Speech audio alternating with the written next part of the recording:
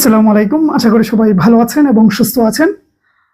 এই মুহূর্তে আপনাদের সাথে মন্ত্রণালয়, অধিদপ্তর, দপ্তর এই তিনটির পার্থক্য আপনাদেরকে আমি বোঝানোর চেষ্টা করব, কারণ এই তিনটি জিনিস বোঝার দরকার আছে। তো আমার মতন করে সহজ ভাষায় বোঝানোর চেষ্টা করব। ভালো লাগলে চ্যানেলটি সাবস্ক্রাইব করে দিবেন, পেজ থেকে দেখলে ফলো দিয়ে দিবেন। মূল কথায় আসি, মন্ত্রণালয় কি? যেমন শিক্ষা মন্ত্রণালয় আবার শিক্ষা অধিদপ্তর, এই দুইটার মধ্যে পার্থক্য যেমন, সেই রকম ভাবেই অন্যান্যদের মধ্যে এইভাবে পার্থক্য।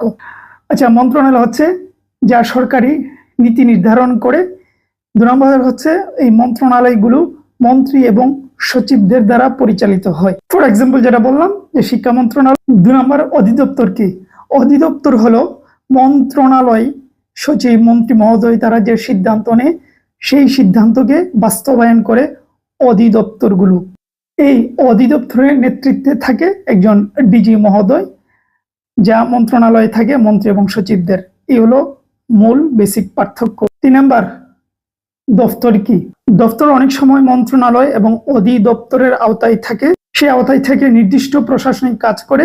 সহজ কথায় মন্ত্রণালয়, অধিদপ্তর যা যা কাজ করে সিদ্ধান্ত নেয়, সেগুলো একেবারে পরিপূর্ণ বাস্তবায়ন করে এই দপ্তরগুলো। তাহলে বেসিক পার্থক্য যদি আমরা বলি, মন্ত্রণালয় থাকবে মন্ত্রীদের আওতায়, তারা প্রধান এবং তারা মূল সিদ্ধান্ত নেয়। সেই সিদ্ধান্ত এসে গড়ায় অধিদপ্তরের উপর এবং সেই অধিদপ্তর নিচে আরো নিচে পাঠিয়ে দেয় দপ্তরে। ঠিক আছে, মানে অধিদপ্তর আর দপ্তর মিলে মন্ত্রণালয়ের সকল সিদ্ধান্ত নীতি নির্ধারণ যা করে সেটাকে বাস্তবে ফলপ্রসূ করে। এই হলো মন্ত্রণালয়, দপ্তর, অধিদপ্তর, এগুলার বেসিক পার্থক্য। আশা করি কিছুটা হলেও বুঝতে পেরেছেন। আজকে এই পর্যন্ত। ভালো থাকবেন, সুস্থ থাকবেন।